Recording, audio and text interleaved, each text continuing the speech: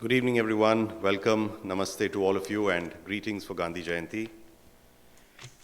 It's a special day for us all today, the 151st birth anniversary of Mahatma Gandhi ji, and of course, it's being celebrated in the most unnatural and abnormal of circumstances. But as Sandeep just said, we have lots of people hopefully joining us virtually, and this is at least some way of getting across our messages and our tributes to Gandhiji to them today. We started, marking the occasion in the Government of India for Gandhiji's 150th birth anniversary from 2nd October 2018 itself, which was the start of that year, marking his 150th birth anniversary. And this was marked and commemorated in different ways in the UAE, both in the consulate in Dubai and here in our mission in Abu Dhabi. We started on 2nd October 2018 actually with the iconic the lighting of the iconic Burj Khalifa in Dubai with an image of Gandhiji with wonderful sayings of his very terse but pithy sayings, and along with the playing of the bhajan Vaishnav Janato Tene Kahiye. And that evening itself here we were very pleased that we had Sheikh Nayan, who you just saw there. Sheikh Nayan gave a lecture that evening on 2nd October here in Abu Dhabi on Gandhiji. That was a very special occasion for us, of course.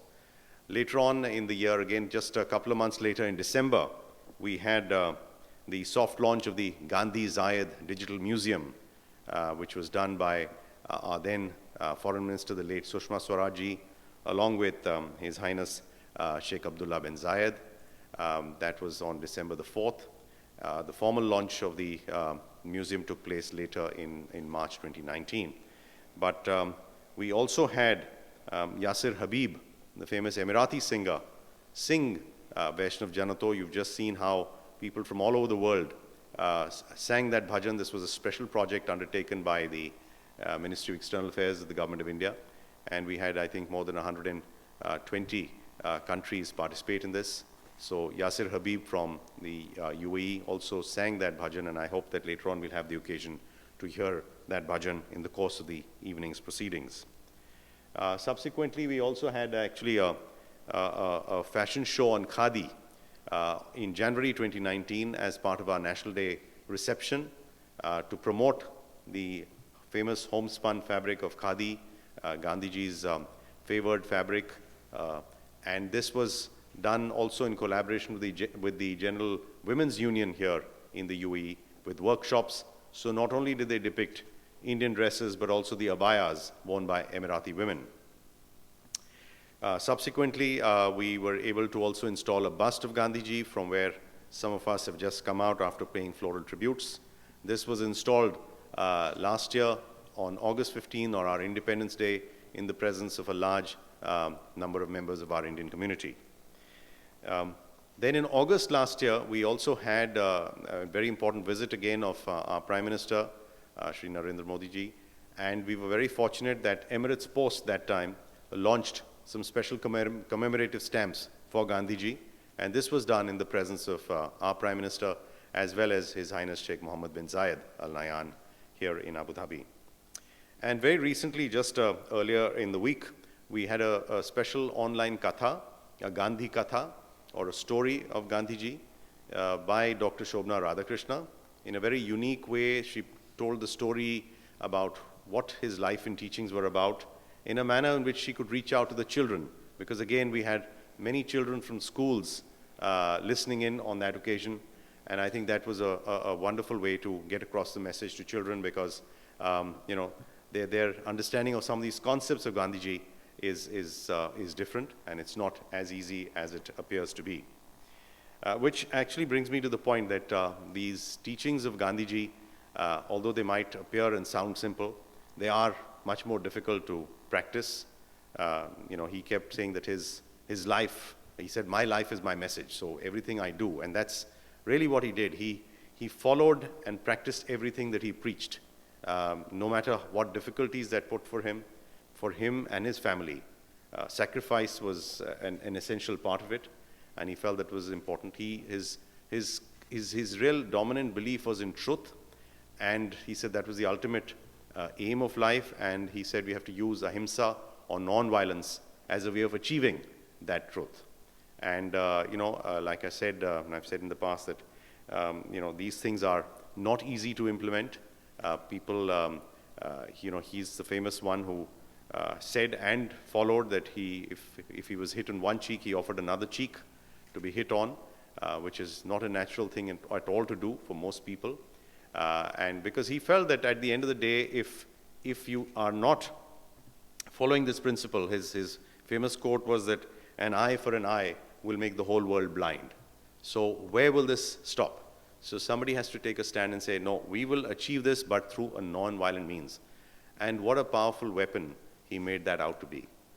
The mighty British Empire from India was also forced to understand the strength of this lone man standing in barely just his very basic loincloth and few things, but holding forth and saying that no, he will not respond with violence. He told all his followers, don't respond in violence. Yes, they would be arrested, they would be taken away, no problem. But he would continue to follow the path of non-violence but frustrate them into understanding that what their demands were, what our demands were genuine and needed and were in the interest of justice. So he in a way managed to bring even the British Empire to its knees through his policies of non-violence, of course with the full support of the entire people of India. When Dr. Shobna Radhakrishna spoke on that online katha early in the week, she explained the significance and the importance of the salt satyagraha and how people kept on joining him as he walked from his ashram in Ahmedabad, the Gandhi ashram, to Dandi, and picked up the salt made from the sea. And of course, that created such a stir all over. And how many people all over, whether it's journalists or others, who wrote and brought his story and brought the story of India to the world. There was also a wonderful mention about somebody like Albert Einstein, who had tremendous regard and understanding for Gandhiji. In fact, he was reported to have actually said that many years down the lane, generations later, people will wonder and think if such a man actually existed and served in the world. That was the strength of his feeling and understanding for Gandhiji. He was also extremely simple in his way of life. He said that you can manage with very little things. He had considerable foresight. He foresaw that, that the earth has enough to offer. But as he said, the earth provides enough to satisfy every man's need, but not for every man's greed. And here he was talking about how we should preserve our environment. We should work with natural things that we have. He would care for everything in the ashram that he lived. He talked about water harvesting that time. These were ideas way ahead of their time, but the significance is so relevant today. In the last 15, 20 years, the idea of climate change, of damage to the environment has been, of course, on the forefront of the world's agenda. But to think of these at that time and make practical suggestions on what to do was really reflective of his foresight and understanding. Finally, I would just say that given the fact that these messages are still so important today, it's a time for us to reflect amongst ourselves and in terms of his teachings, to see what of those teachings are still things that we can implement individually in our daily lives, but also, of course, collectively as a group, as a community, and, of course, when it comes to nations, to see how we can follow his guiding beliefs, his teachings, so that we can try and attain what was his real objective, which was universal peace, but through complete non-violence can be attained for the world, which would be the most ideal situation. So it's a time today to reflect on those, and I think we've got an interesting set of a couple of events lined up today, of course, in the limited manner in which we are. But thank you for being here, both here, of course, few of you here in the audience, but many, many more of you out there on our social media platforms. Very, very special thanks for you to joining in, and I hope you imbibe more from what you see and hear today. Thank you. Namaste.